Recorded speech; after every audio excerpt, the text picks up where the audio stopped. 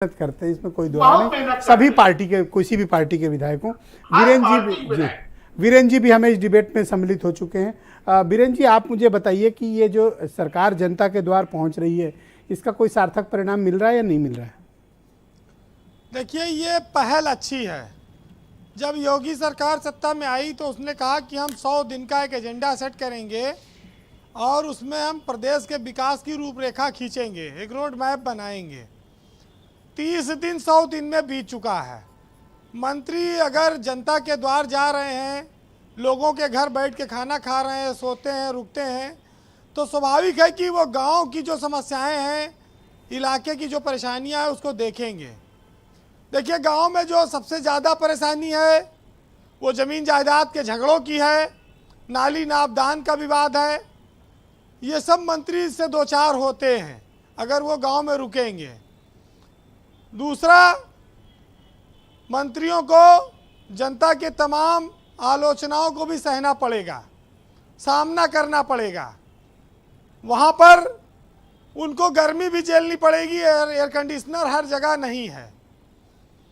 जनता का दर्द जानने का ये एक बेहतर तरीका है, इसमें कोई शक नहीं।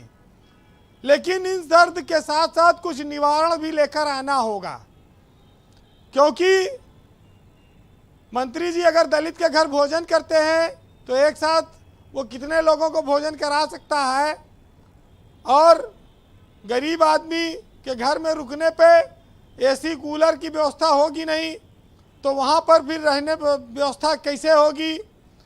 दूसरा, नाली नापदान का जो विवाद है, जो गांव में खेत मेड़ का झगड़ा है, इस पर जो एंटी भू माफिया टास्क फोर्स एक बनी थी, कितनी ज़मीनों को मुक्त कराया जाएगा, उन सब चीज़ों को चिन्हित करना पड़ेगा।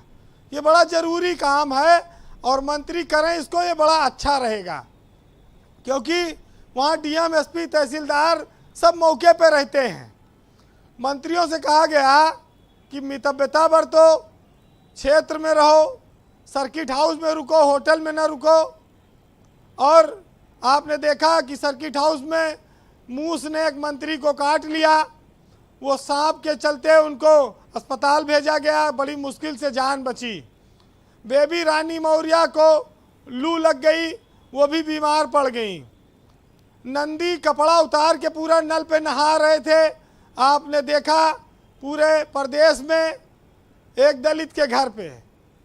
तो मंत्री तो एक एक कहानी कर रहे हैं और किससे भी आ रहे हैं, लेकिन महत्वपूर्ण बात यह है कि अस्पतालों में लोगों को दवाई मिले, थाना तहसील पे भ्रष्टाचार खत्म हो, लोगों को, जनता को राहत दें। जब सरकार निकले द्वार पे आए तो द्वार की कुछ समस्या भी हल करके जाए जी। खाली ये फोटो खिंचाने के लिए, अखबार में छपवाने के लिए नहीं, क्योंकि कानून व्यवस्था एक बड़ी चुनौती है। जो सरकार के काम चल रहे हैं उनका सत्यापन, उनमें भ्रष्टाचार खत्म करना, ये भी इस समूह को देखना चाहिए मंत्रियों के। लखनऊ में गंदगी फैली थी, मंत्री सुरेश खन्ना ने वेतन काटने का आदेश किया साफ सफाई को लेकर।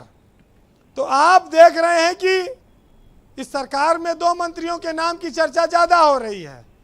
एक कार चला रहे खुद ब्रजेश पाठक, दूसरा बिजली को लेके हाहाकार चाहे जितना मचा हो, लेकिन अरविंद कुमार शर्मा एसी में नहीं बैठे हैं।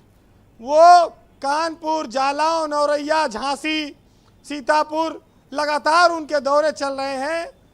जनता जहां बिजली मिल रही होगी वो चैन से सो रही, लेकिन अरविंद शर्मा ने जो जिम्मेदारी मिली है उसको वो मेहनत और लगन से निभा रहे हैं। कोई सरकार आई है, 100 दिन का टाइम देना चाहिए, इतनी जल्दी आलोचना नहीं करनी चाहिए। लेकिन ये कह रहे हैं कि साहब विपक्ष आलोचना नहीं करता है, विपक्ष लड़ता नहीं है। ब्रजेश जी, विपक्ष लड़े तो दिखाए कौन उसको? विपक्ष कुछ करेगा, कहीं आएगा ही नहीं टीवी में, समाचार पत्र में। विपक्ष का जान दे दे और जनता उसको वोट नहीं देगी। ये व्यवस्था एक विचित्र स्थिति में जा रही है।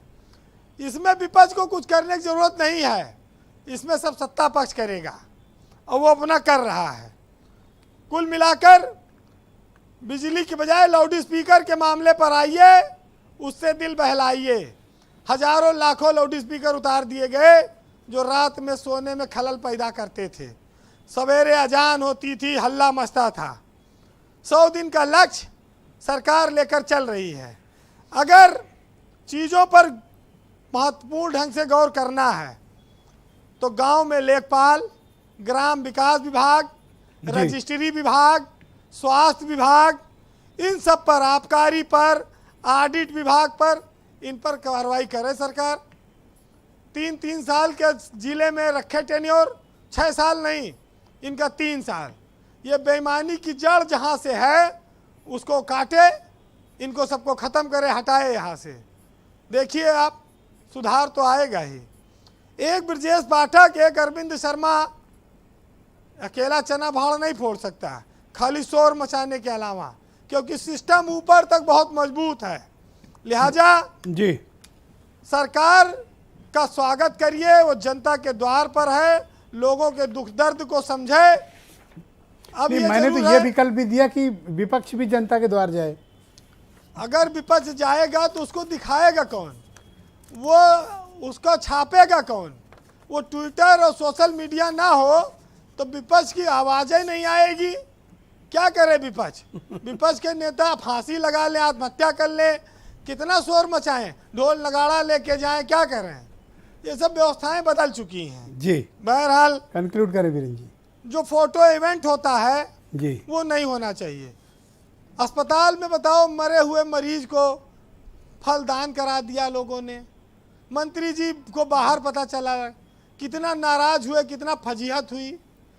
जब मरने वाले पे हम लोग फूल चढ़ाते हैं, वहाँ फल पकड़वा दे रहे हैं। ये व्यवस्था की खामियां हैं। लेकिन अगर मंत्री अस्पताल जाएगा तो अस्पताल में सुधार होगा। एक दिन के लिए ही सही, चद्दर बदली जाएगी, साफ सफाई होगी, दवाई आएगी, तो परिवर्तन तो आएगा। मेहनत करनी पड़ेगी। बस फोटो खिंचाने से दूर रहें, इवेंट बनाने से बचें। जैसे नैकर पहन के बम्बा पे पहुंच के नहाने लगे। बम्बा मतलब? नल पे अच्छा, नल नहा रहे हैं मंत्री जी। अब मंत्री जी खाने पीने के शौकीन है, पेट ज़्यादा निकला है, वो भी उनको देखना पड़ेगा। बहरहाल कि एक खुददार मेरे शहर में फाके से मर गया और राशन तो मिल रहा था मगर फोटो से डर गया। और खाना थमा रहे थे लोग सेल्फियों के साथ, मरना था जिसे भूख